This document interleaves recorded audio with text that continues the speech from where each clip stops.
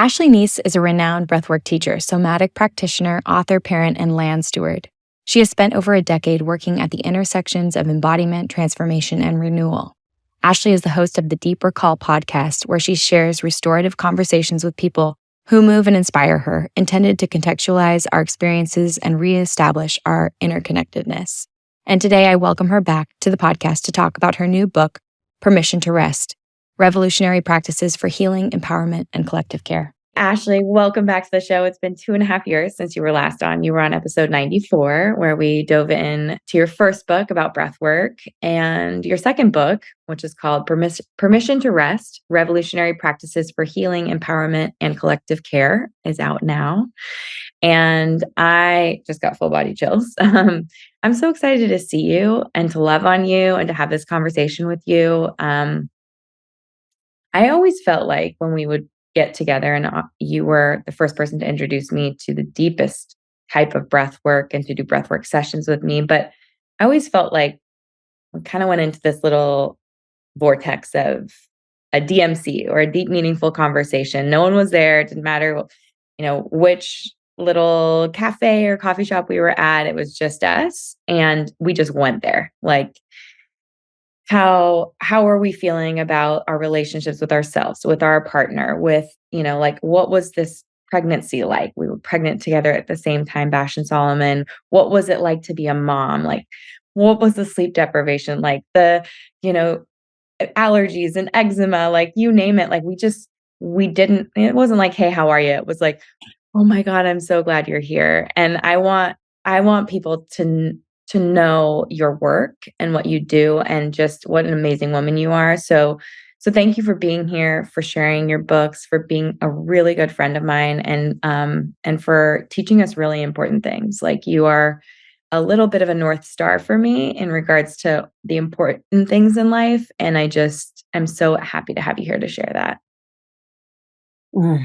Thank you, Kelly. I'm sitting here just like basking in just your generosity and love and kindness, and just really getting to spend this time together with you right now. I'm so happy to be here. Thank you for having me. Yeah. Well, let's talk about this book. I think we'll get into your life a little bit, and you and your husband, Nick, and you have biological babies, you have foster babies, adopted babies. Like, you are like my version of 2023 Mother Teresa. Like, you're just taking in everybody. You're here to make change, and you do it with your books too. And so you wrote this new book, Permission to Rest. And even before the podcast, I'm like, I don't know how to rest, Ash. Like, it's learned behavior. Like, my mom was like spinning like a top when I was growing up in our house, and I feel the need to do the same thing. And I said before it started, like, I'm playing trucks with Toshin, and I really want to dedicate time to like really connecting with him. I don't want him to feel lost in the middle. And that is really, really like something I'm very focused on, maybe overly focused. I don't know, but I'll be playing trucks and I'm not playing trucks. Like, can we talk about like what inspired you to write this book, and what rest, like permission to rest? And it's like almost like permission to be present. And we kind of all need that. I need it, especially. Like, this is a therapy session. I've already been talking too much. You need to be talking. So let's, like, what inspired you to write this book? I know it took like 3 years of your life. Like what inspired you to write it, and what does it mean to rest? I just appreciate everything you shared so much, and I so relate on so many levels. And I wrote this book similarly to why I wrote How to Breathe. I wrote this book because I needed it, and I had been looking for books about rest, and I was like, I know I need rest, but I'm like, how do I do it? Who's doing it? Who can I look toward? Who's out there kind of doing this work? And the books I found were just not super informative and didn't really feel helpful for me. And so I was like, okay, there's a space here and someone needs to write this book. I guess it should be me because I'm called to do it. And, I've been practicing resting for so many years off and on in so many different ways. And what was really interesting for me was that I got to a certain point with my breathwork practice, with my meditation, with all my somatic work. and I still couldn't rest. It was like, I have all these tools. Like, I should be able to do this. This is something that's so natural and should be organic to my body. And he's like, why can't I just lay down and take a nap? Or why can't I just, you know, pause for 5 seconds to go orient toward myself in this way without having to do some intense practice? And I felt really confused. And as I set forth on this journey, like you had mentioned before, like, so much of what I learned about rest came from my history. And resting wasn't something that was happening in my house. It was a busy house. My brother and I were always doing so many activities, dance, piano, tennis, whatever you name it, karate. It's like we were always just shuffled around to so many activities.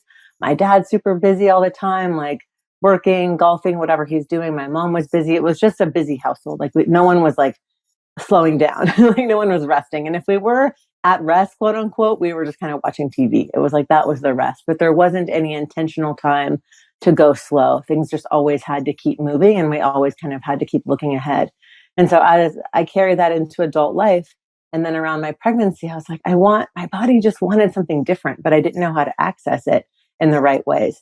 And I knew how to watch TV. I knew how to do things that I would now kind of refer to as more checking out, and not in a judgmental way. It's like when you need to check out, great, check out. When you need entertainment, get entertained. But for me, that's not rest. I don't typically do, activities like scrolling on Instagram or watching TV and feel replenished afterward. And so I was looking for activities that I could do that were simple, that were accessible, that were fun for me, that also left me feeling restored. And that looked like spending a lot of time in nature. That looked like taking my phone and just setting it on the counter and not looking at it until the next morning when I'm with my kids. Stuff like that. It's like, wow, it just sounds so simple. But then the question becomes, but how? It's like, how did I do that? How did I actually make the time for it? And that's where the practice comes in. That's where it becomes this daily practice of really setting my intention and orienting towards those moments. And rest for me, especially as a mom of four, doesn't look like taking long, luxurious naps every day. It doesn't look like soaking in the tub for an hour every night. It looks like these little micro moments of putting my hand on my heart and going, okay, just for 3 breaths, I'm going to inhale and exhale slowly. I'm going to orient myself towards this moment. I'm going to attune to whatever's in front of me, whether that's an animal, whether that's my kid, whether that's my job, and just do it from a place that's a little bit more downshifted. Yeah. I mean, 4 kids, I know there's moms in their cars turning the volume up. They're like, "Talk to me. How do I get these micro moments in?"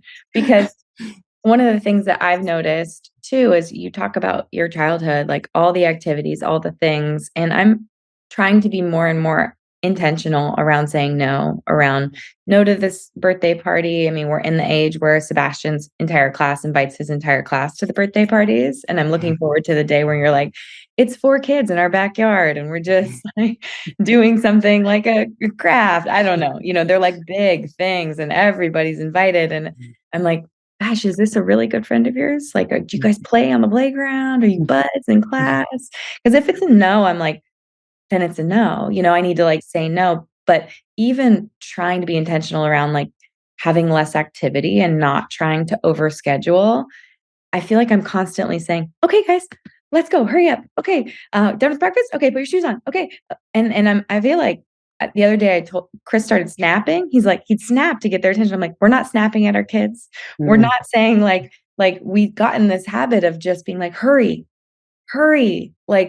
And it's the actual opposite of rest. It's like we're not downshifting. We're like gearing up with these babies. And that's like I'm like, this doesn't feel good. Like, why does this not like feel good? Like our kids just want to play in the playroom before school. They don't want to be like put in their outfits and forced to eat breakfast. And like, I wish that there was a range of times in which I could have like dropped my kids at school and they'd get, and we're working through even that decision of like, oh, is it homeschooling? Is it this school or that school? And we love our school and we love our community and it works for us right now, but it's really like a mindset that we have to, it's the how. And that's what I want to get to. You're talking about it. You're talking about these little ways to like rest or slow down or be attuned. But I need those practical tips, right? I need the how. So when you say rest, and you say it's breathing, or because most people will think like, I'm going to nap, I'm going to lay down. I'm sure those are times of rest too, but can you talk about like what, like on a deeper level, what are some of these other activities that are giving us those micro rest moments?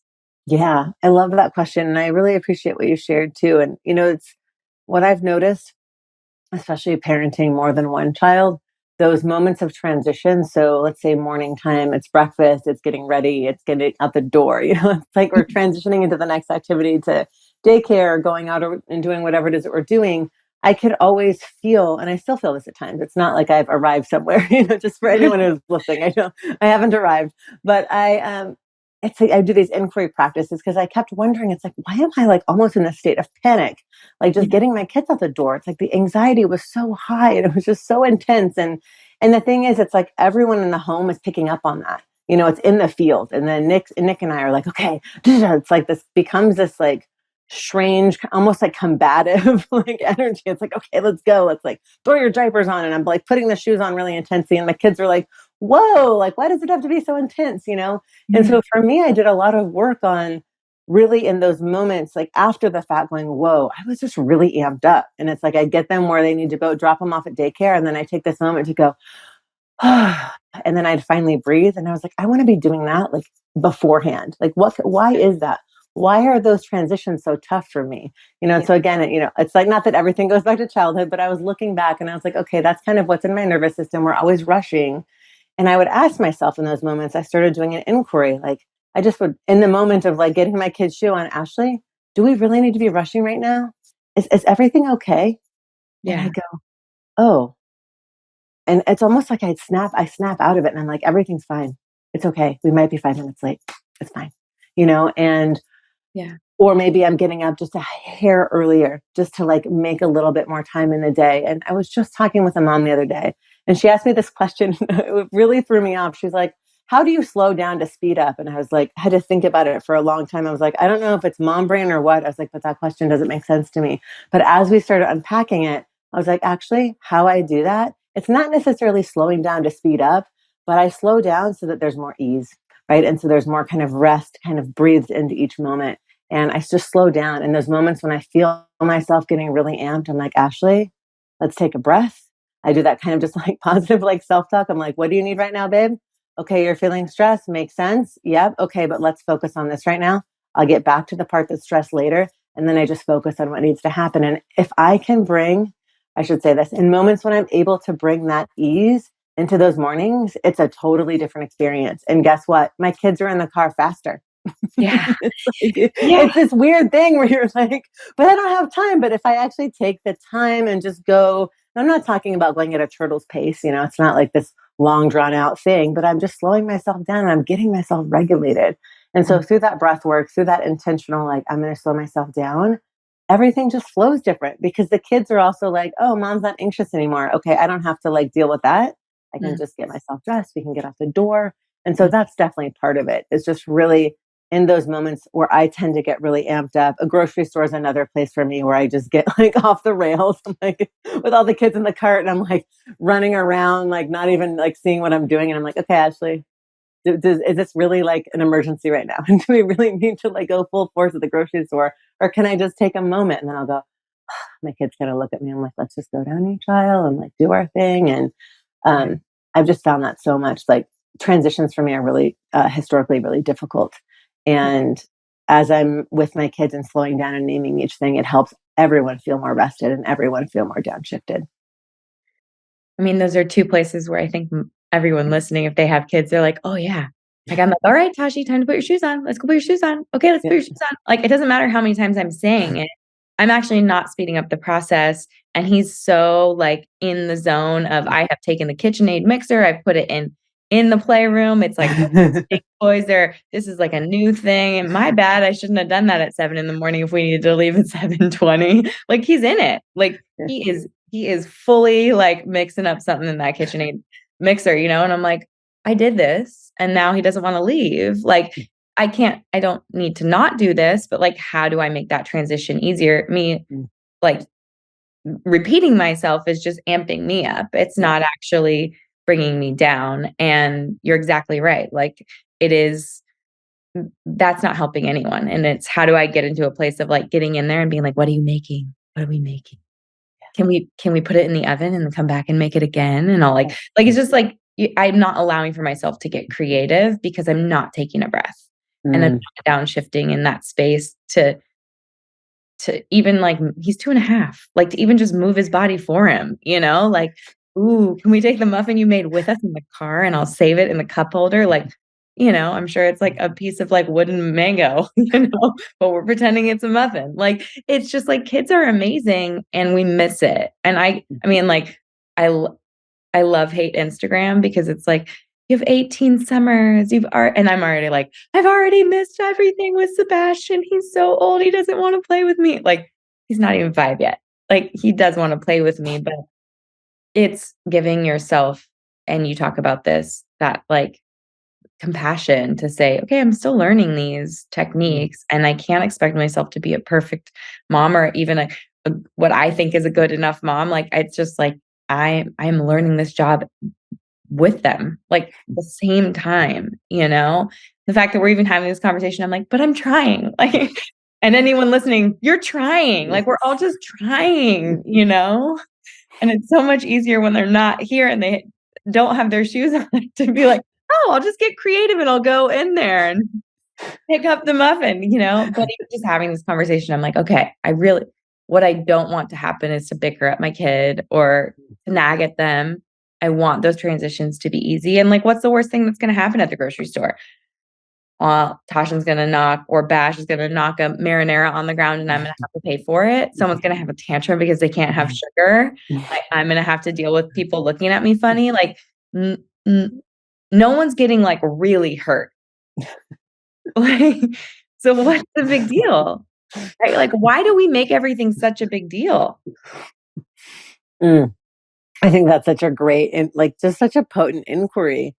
And yeah, there's so many layers in what you just said, even with the grocery store. It's like I think for me too, it's like I have these moments I just want to get in and out, like you said, because I there's a part of me that doesn't want to deal with X, Y, and Z in that moment. It's like, okay, I'm tired too, and I don't how do I avoid a meltdown or how do I dodge this or how do I just make this and what I'm doing in that is I'm not really allowing for the full range of the experience. And I'm also not giving myself a moment to just, it's okay. I might have a moment where I'm feeling like, oh, okay, I can do this. And then my kid has a meltdown.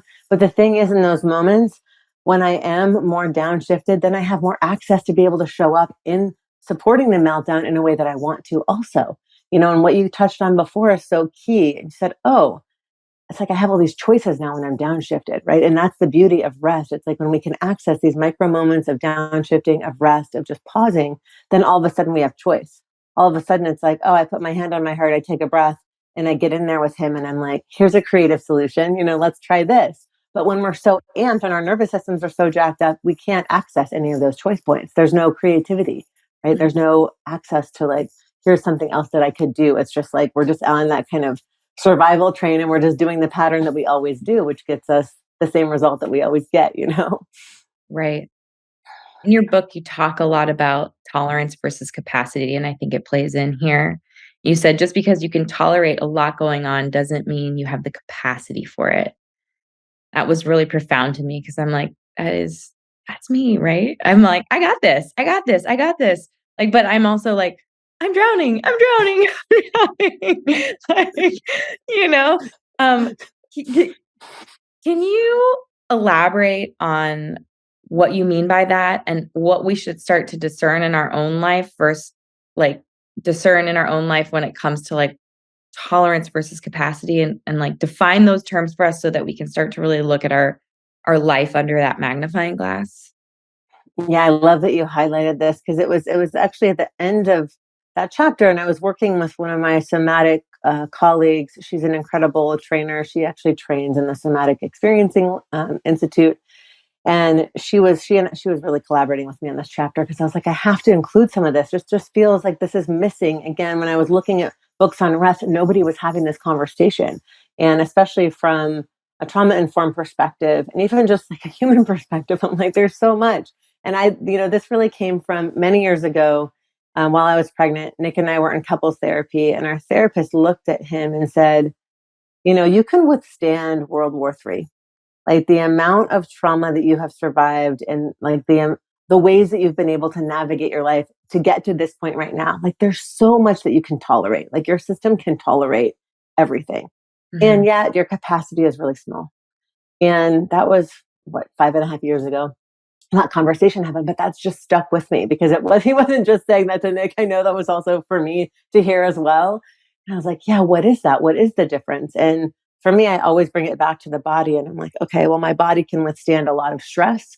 It can withstand a lot of overwhelm. It can withstand a lot of, even when I was younger, like not eating for long periods of time, like all kinds of stuff, like pushing myself way beyond my limits, just because that was what was familiar. That's what I could withstand. But then when it came to having capacity to really meet, my life's challenges in ways that felt really nourishing, that felt really like where I was able to show up with a lot of integrity, right? And show up in the ways that I wanted to, my capacity was really small, right? So for example, in my relationships, I couldn't show up for these deep conversations. I had no capacity whatsoever, because my system was already full. Like I was already tolerating to the max, Mhm. almost to the point where you were talking about where I was dog paddling. It Mhm. was just so full always, my life to the brim, and I was pushing my body to these extremes. And so when it came down to just having like a heart to heart conversation or doing, these more relational activities or slowing down, I was like, I can't do that. I don't have any capacity for that. My window was so narrow. And so much of this work, especially around rest for me, has been able to rest in really small increments so that I can build my nervous system capacity to be able to tolerate the discomfort for me that shows up when I slow down. Because especially in the beginning, slowing down and resting has been deeply uncomfortable. And even at times today, there's moments where I'm like, yeah, I don't want to look at that right now, or I don't want to feel that right now. I'm just going to avoid that. And then when I actually take a moment and I turn toward and I slow myself down, it's like, oh, there's the grief, there's the pain, there's the rage I've been avoiding. Okay, let's meet it now. And now I have these tools to meet it. But for so much of my life, I didn't have the tools. And so slowing down and resting was deeply confronting because then it was requiring me to look at a bunch of stuff that I didn't really have the tools or capacity to look at.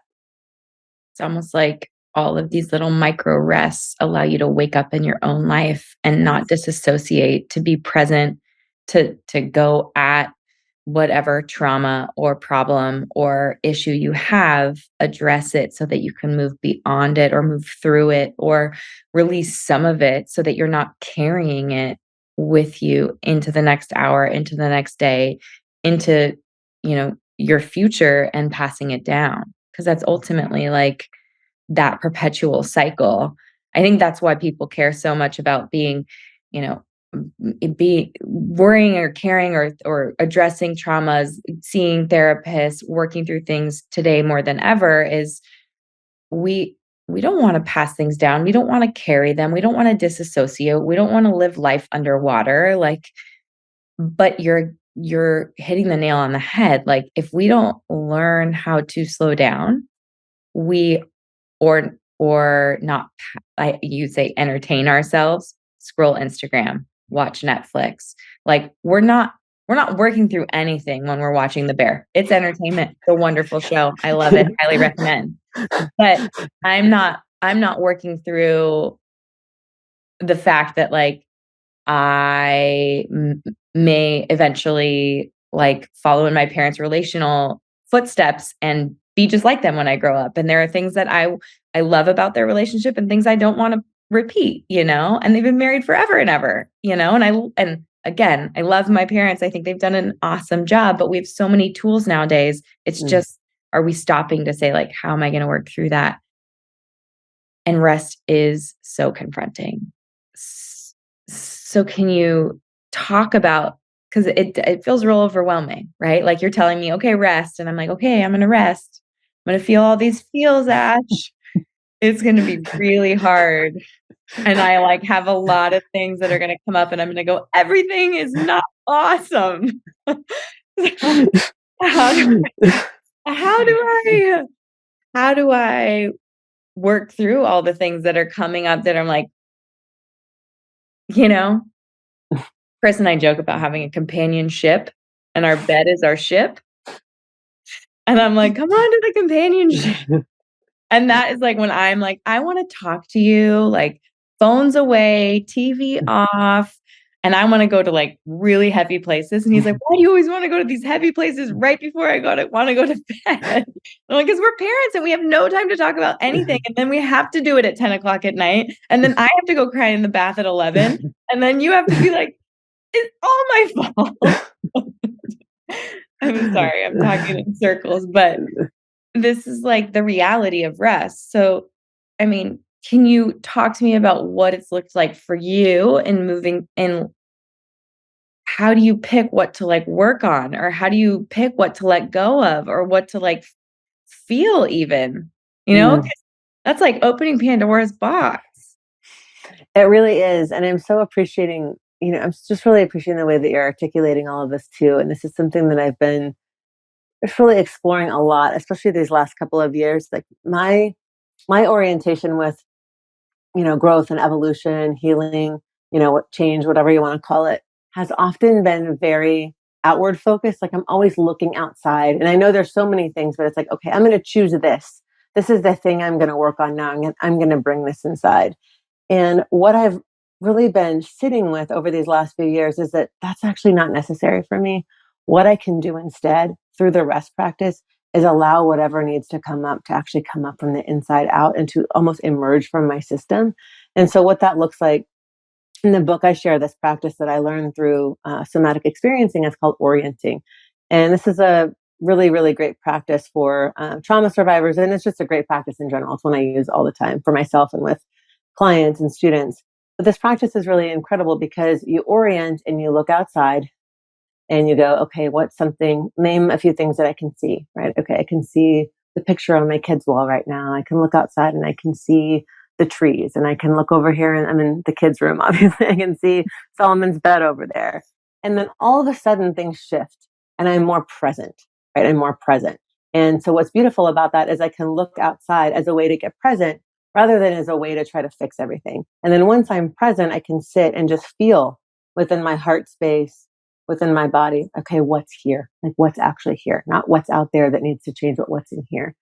And once I'm able to feel that, it's like, okay, what's coming up for me right now? For example, grief. There's just been so much grief in my life lately.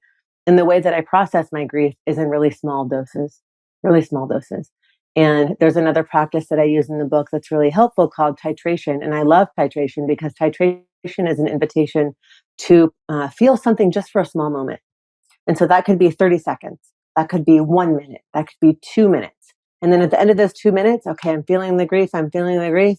Okay, now I'm going to put a pin in that for a minute and I'm just going to pause and I'm going to orient towards something different, right? Because we can't process everything all at once and we can't necessarily, especially as busy parents and those of us who have jobs and all the things, like we don't have the luxury of time like maybe we did in our 20s, to go, okay, Mhm. I'm going to just like devote this whole week to like doing my therapeutic process and like, isn't this great? And I'm going to go so deep. And it's like, okay, well, I've got 20 minutes right now.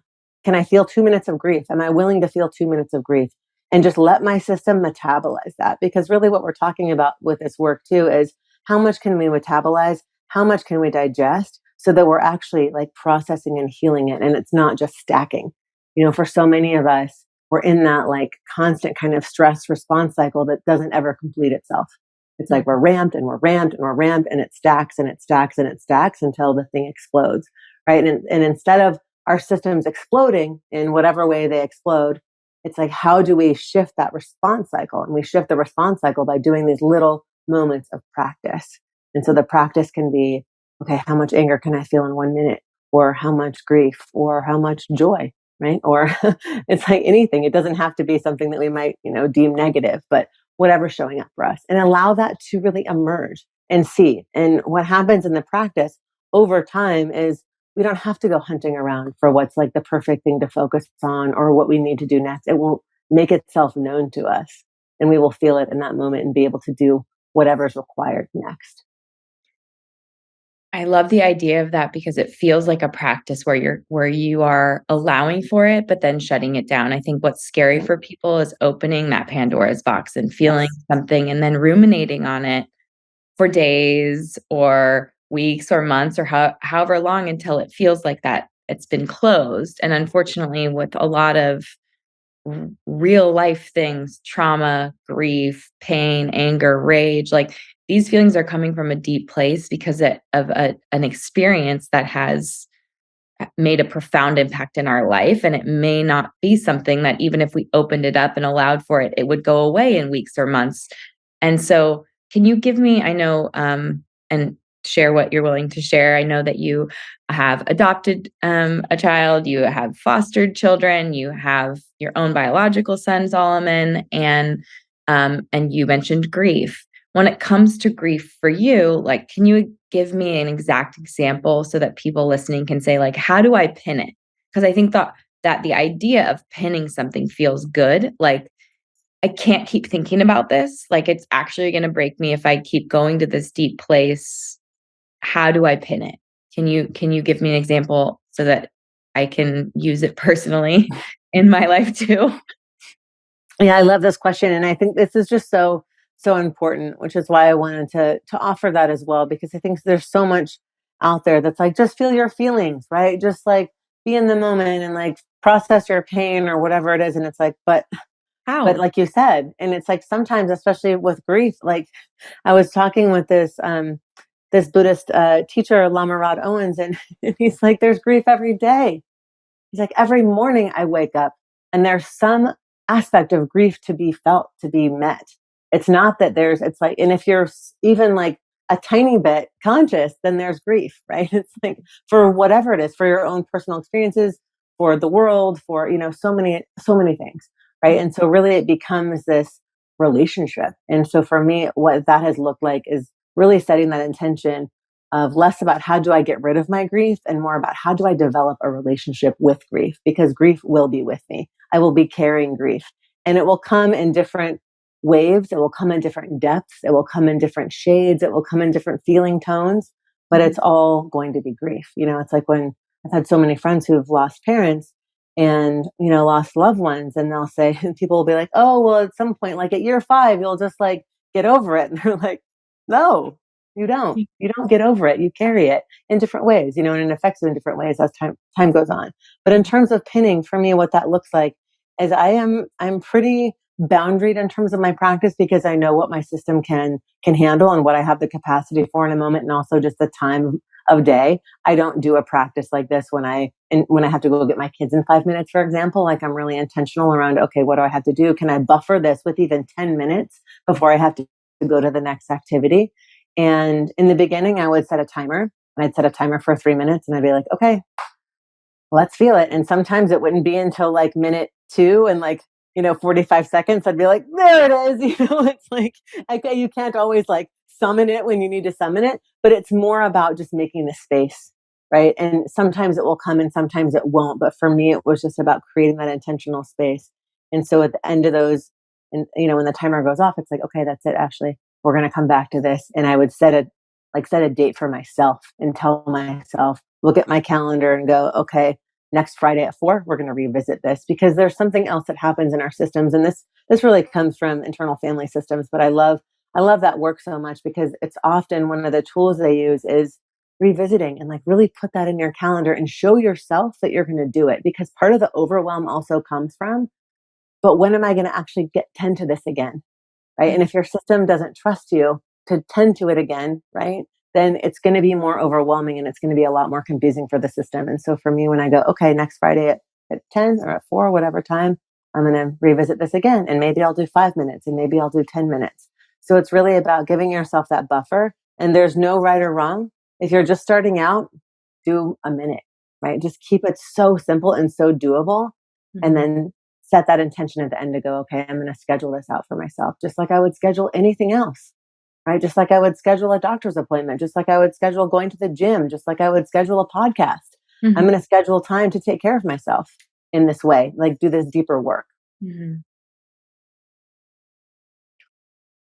Learning to feel those feelings and knowing, like, okay, grief is one piece of that puzzle. You're at 1 minute and 30 seconds, and it may be like anger and rage, but you're feeling on the front end of what is actually just like sad, deep, deep, deep guttural sadness, like, and needing to let go of that. It's almost like they can come in tandem or tag team or as, like, I think self-preservation mechanisms almost of, no, I'm mad. No, I'm actually just like really sad, and getting there and releasing that. I really do love that because it allows for the when am I going to do this? And also how am I going to do this?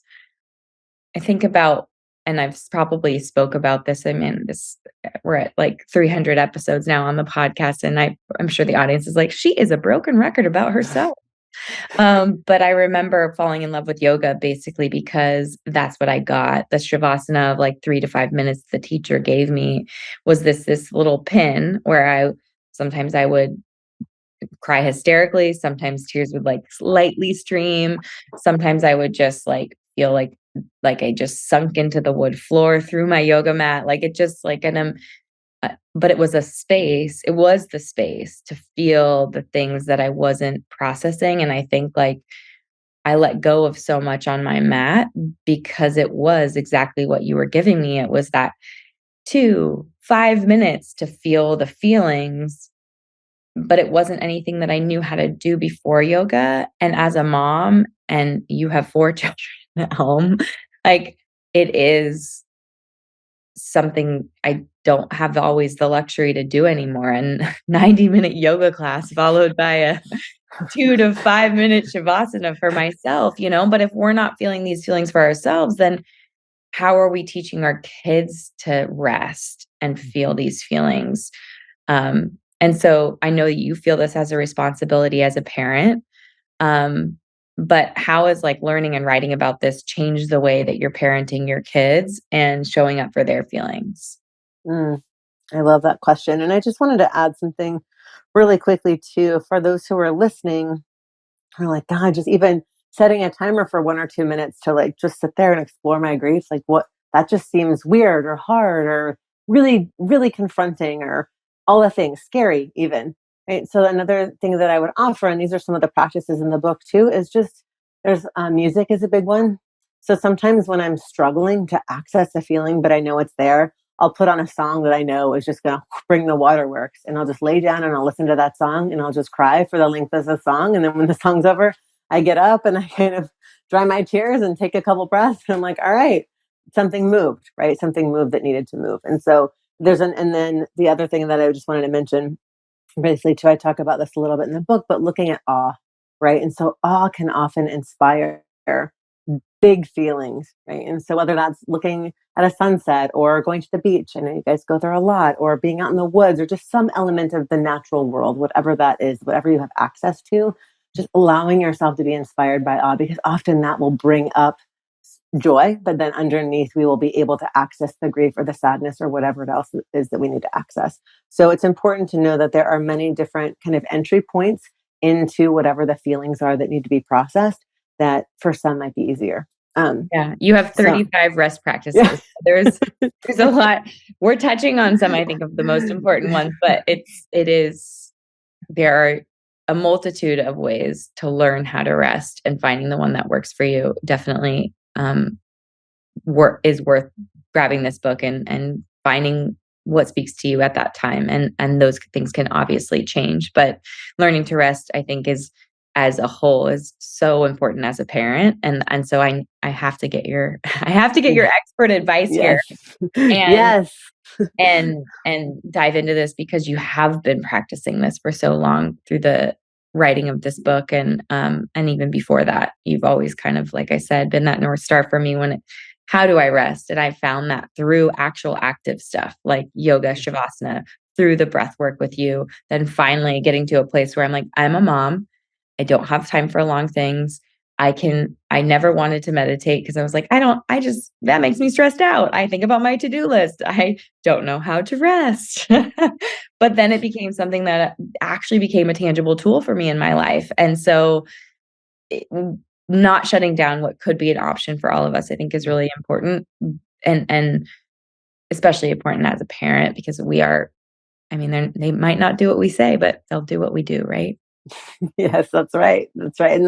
And they feel it all, and they really are taking in so much. And, you know, in terms of the book and just even my own process with rest, it was a journey that I'd been on before I was pregnant and before I had Solomon.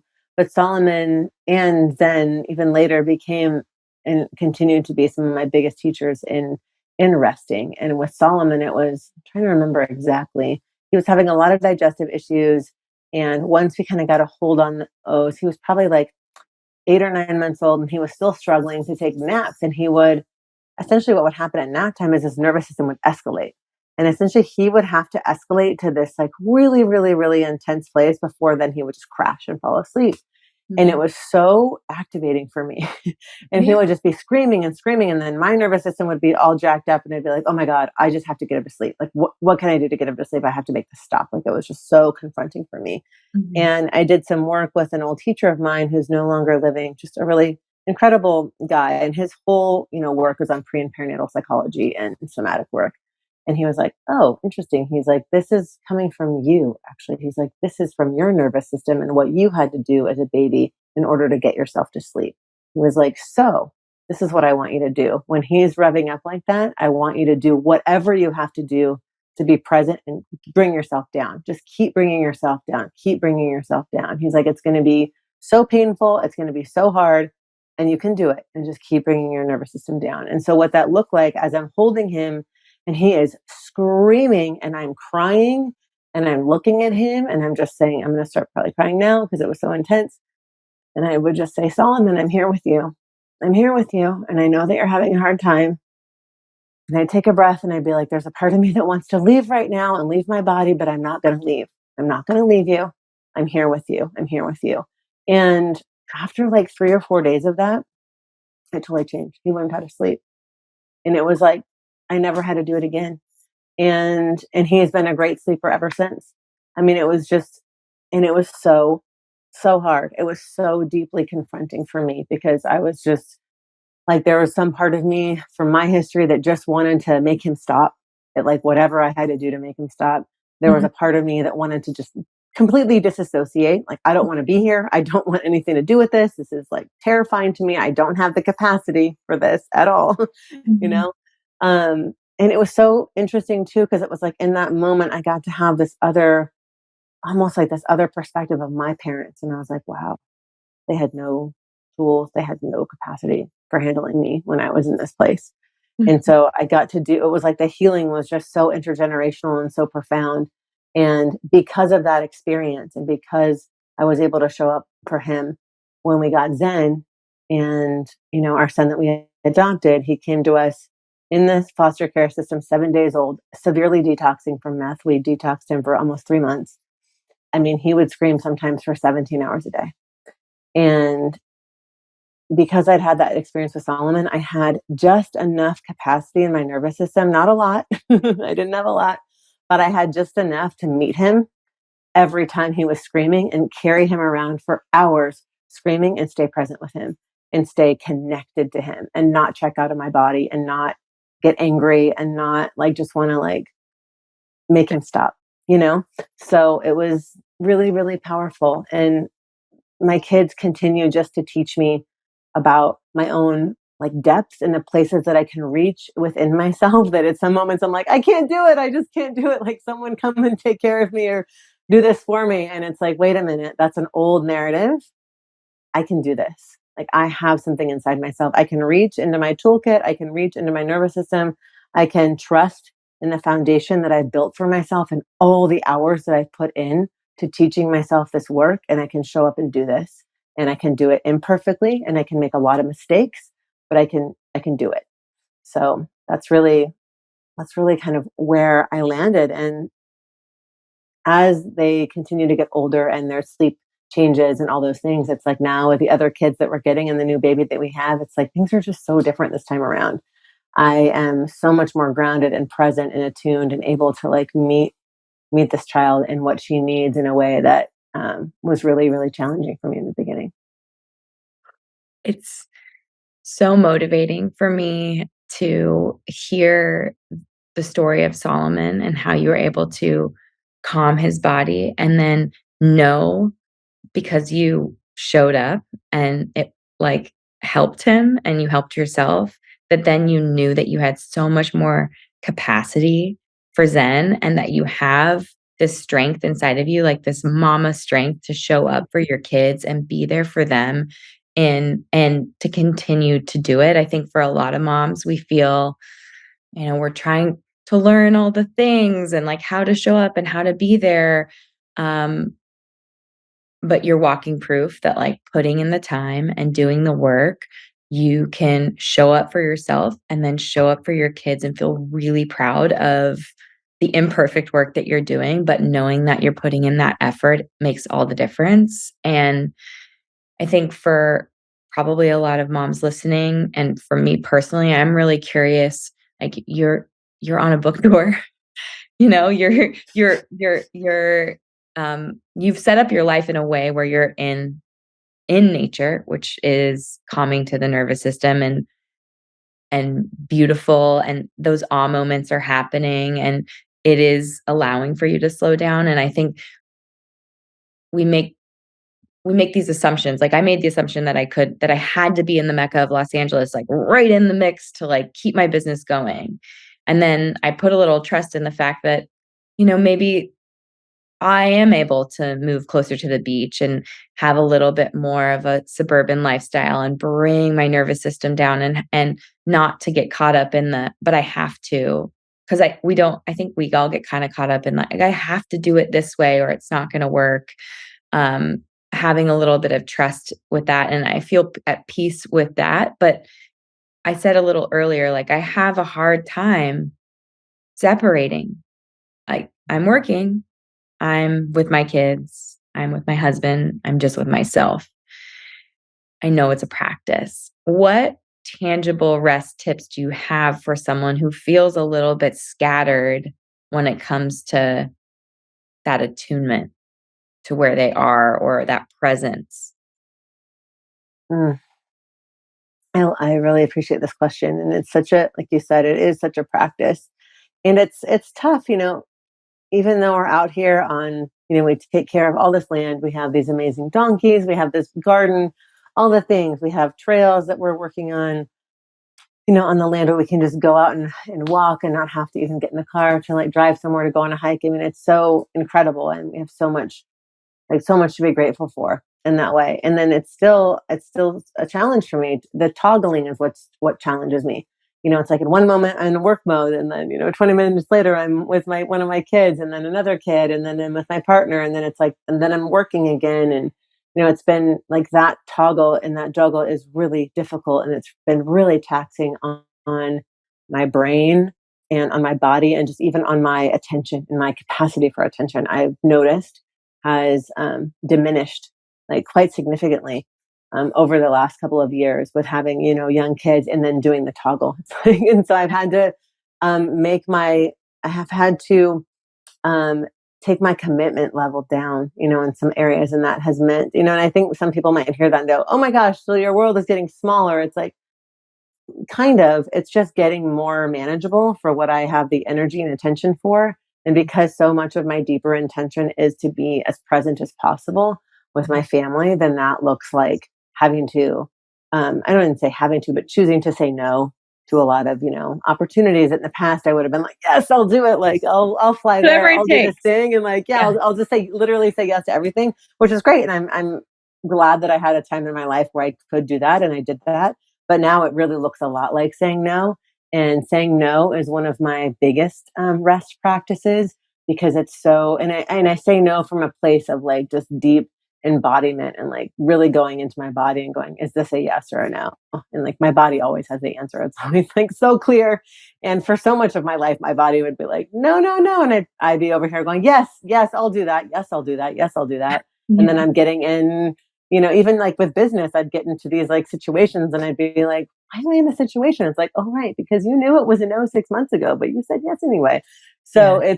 and that's not restful. That's not creating ease. That's not creating restoration. That's not creating like spaciousness in my life. It's creating more stress, right? Mhm. So it's saying no a lot and really looking at, even to myself, like setting boundaries with myself. I know I mentioned this earlier, but this was a while back. Nick said something to me. We were talking about the phone and these horrible devices. They're great for so many reasons, and they're also so horrible, so horrible. But Nick said, I want to tell you something, and I'm not saying this, and I don't want to make you feel bad by saying this, but I need to tell you something. Solomon made a comment about you being on the phone, and you know, um, Solomon and Nick were on the phone, and Solomon was looking at pictures, and then Nick was like, "Okay, I'm like putting a time limit on this, and we're done." There's so much phone addiction and so much stuff. He's like, we just have really the kids have like very, very tiny amounts of screen time. Yeah. And then he was having this conversation with Solomon, and then Solomon goes, "Oh, so like mommy, yeah, she's addicted to her phone." And yeah, and I'm the one who wrote a book about rest. Yeah, so it was, but it's just reality, and Josh would and say I that about me too, probably too. yeah, and Mhm. I heard that, and Nick was saying it in the most loving way, but it was just like, oh, whoa, like it just brought tears to my eyes, and I was like, yeah, this I have to change this. And Nick's like, I told him, like, you work for yourself, it's different, like sometimes I'm doing, and I was like, no, that's just not an excuse. It's not an excuse for me anymore. And Gabor Mate has this whole piece about parents being on their phones. He's like, when your kid sees you on your phone that much, they think it gets into their brain, it gets encoded in them that is more important than them. And when I heard him speak about that, I was like, and this was kind of after Nick had that conversation with me, I was like, I have to change this. I just have to change this. And this has to be part of my rest practice. And there's actually an entire practice in the book about this where I put my phone away, and I'm just like, I'm not getting on my phone. That's Mhm. it. I'm not going to just go over here while I'm cooking and like check a few emails. I mean, it's just so easy to do for I know. me. And when I do those things, my attention is split. And so then when I go to play with my kids, I'm still thinking about that email, or I'm still like, oh, I could just do one more thing tonight after they go to bed or whatever it is. And I'm not doing trucks with them. I'm not making the bread. I'm not doing the things that I want to be doing with them. So it's just that device alone and that practice has helped me kind of consolidate my attention so that I can place it where I want to place it. And that for me is deeply restorative, because when my attention is fragmented, I can't really show up in any category of my life in the way that I want to. Right. I know. It's such an important thing to be talking about because I know you, Ashley, and I know how present and intentional you are as a mom and as a friend and as a wife. Um, and so to even like know that Solomon said that, and I know how intentional you are, like it is, I'm feeling it like on a very just in my nervous system. Like I know that I need a better system for it because it even feels so good. We started doing this at the beach. I was so worried about taking pictures of my kids. Like my phone is how I take pictures of them and like capture these memories. And like, what if I don't, I have a horrible memory, I say, like, what if I don't remember it? And I want these videos and pictures of them like running on the sand and like, and I just was like, I'm over it. Like I'd put it in the glove compartment when I go to the beach with them at Salt Creek, which is like our little local beach. And Chris has his phone. And if I really want to take a picture, I'll take a picture on his phone. He doesn't have Instagram anymore. Like there's nothing he doesn't have my email on there. No one's like, there's not a podcast scheduling app where I can see like, did I get Gabor Mate to be on my podcast yet or not? Like, there's just, I can, and at first it was like jarring. I'm like, okay, like, what am I going to go back to? Like, how many emails are going to be there when I get back to that? And like, how many people are like, going to be texting me like, is like, what would you do if you were me at this restaurant or whatever it is that I'm getting to my phone 24/7, And it's like, what matters? Mm. I don't want them to see my phone before they see my face. Mm. And I need that. And that has to do with me not being able to, we talked about it before it started, like not being able to rest here at my house, but how come I can rest in nature? And it's like, is it because I'm in nature? Or is it because I don't have access to my smartphone? You know, I hate iPhones. I hate technology. We're picking a podcast like millions of miles away, but like it is this absolute love-hate, and it is about not having boundaries in my own house because the minute you open an email and someone's like, "Can you do it on this day?" and then you close it, but you don't actually like commit to yes or no or pick the date or schedule the thing, and then you're trying to play trucks and you're like, "Well, what day do I want to do that?" And you're like, "I'm not here with you. I am so far gone." Like, and that feels so horrible as a mom. And it is. It's like I'm not being, but how restful could it be to even just be like imagining with my children? I think that would yeah. Yep. I need a better practice here. Yeah, it's so key. It's so key. And another thing that I'll do with my kids too, and I do this a lot with Solomon because he's the oldest, but I do it with the younger kids too. Is in a moment when I notice that go somewhere else, I'll tell him. I'll say, "Hey, Solly, I just went somewhere else for a minute, and I was thinking about something else, and now I'm back here with you." And that really shifts things because he feels it. He feels it. Even though I'm not saying I'm thinking about work right now in that email or whatever it is, like he knows that I'm not there. Yeah. And the more I name that with him and say, oh, I just left, just like I did way back when I was helping him get regulated so that he could sleep. It's Yeah. like, oh, I just went away for whatever reason. And now I'm back. And now I'm back. And now I'm back. And then he just loves it. He lights up. He's like, oh, mom's here. Great. Let's keep playing. And then that offers me so many more opportunities to actually be present because I'm bringing that into our relationship, into the field, and I'm making it conscious. It's not just mommy's checked out now, but she's kind of here, but she's kind of not. So, Oh, that awareness. You just gave me an invaluable tool that I'm going to be using and sharing. Like this is for me probably the most profound thing that you've said because it's going to allow me to name it, put a pin in it, put it away, be yes, present yes.